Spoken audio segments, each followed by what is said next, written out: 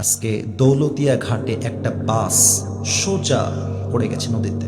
মাত্র 30 সেকেন্ড আগেও কি এই লোকরা জানতো যে একটু পরে আমি লাশ হয়ে যাব? কেউ জানতো না। 30 সেকেন্ডের মধ্যে পড়লো, লাশ হয়ে গেল, শেষ। যারা বলতো কাল থেকে নামাজ পড়বো, কাল থেকে ভালো হয়ে যাব, ওই কালটা আর আসে নাই। ওই যুবকগুলো সব কবরের বাসিন্দা হয়ে গিয়েছে, ঠিক কিনা বলে? हुए नामवर बेनिशा कैसे कैसे, ये जमी खा गई नौजवा कैसे कैसे। ये जगह जी लगाने की दुनिया नहीं है, ये इबारत की जा है तमाशा नहीं है।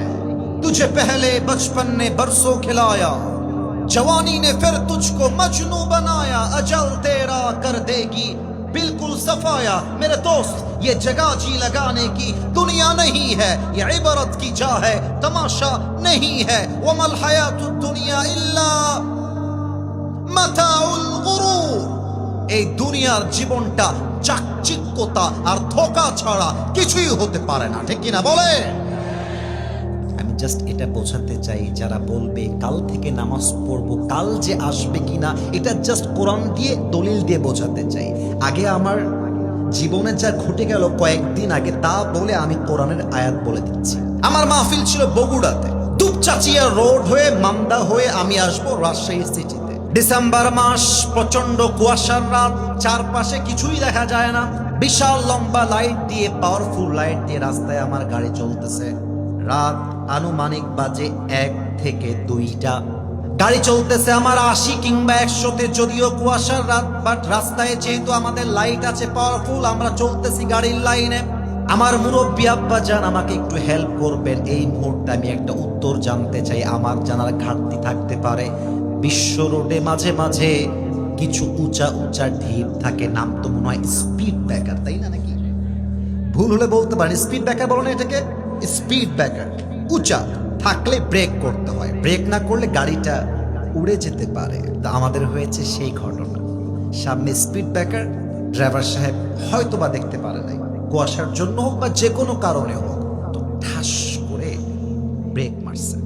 এক ব্রেকে সিট থেকে আমি লাফ দিয়ে উঁচুতে উঠে গেছি, জাস্ট লাইক আমার মাথাটা গাড়ির ছাদে লেগে যাবে, এতটা উঁচুতে আমি উঠে গেছি। এক ব্রেকে গাড়িটা জাস্ট পড়ে যাবে ডান দিকে, বাট আল্লাহ তাআলা আমাদেরকে বাঁচাবেন বলে গাড়িটা রাস্তাতেই এসে পড়েছে।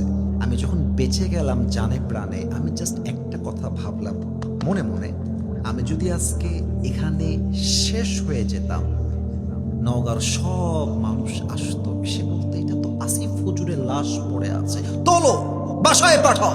বাসায় যখন লাশটা আসতো, আমার দেহের এত দামি দামি পোশাক সবগুলো খুলে আমাকে সাদা কাফনের কাপড়ে প্যাকেট করে 3.5 হাত মাটির কবরে শুয়ায় দেওয়া হতো। আর এটাই তো দুনিয়ার হায়াতের আসল বাস্তবতা, ঠিক কিনা বলে? রূপেরই গৌরবে সাজিয়াছো সাজ, সোনা দানা কত কি আর রাজকী পোশাক। যেদিন প্রাণ চলে যাবে সবই পড়ে রবে, প্রাণ চলে যাবে সবই পড়ে রবে।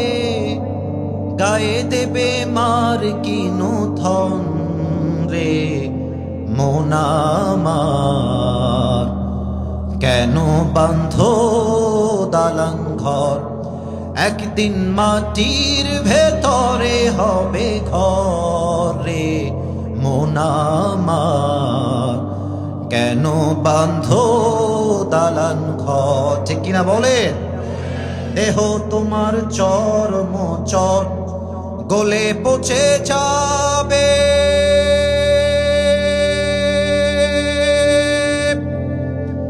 শিরার উপর শিরাগুলি ছিন্ন ভিন্ন হবে, মন্ডুমিরু দণ্ড সবই হবে খণ্ড খণ্ড, মন্ডুমিরু দণ্ড সবই হবে খণ্ড খণ্ড।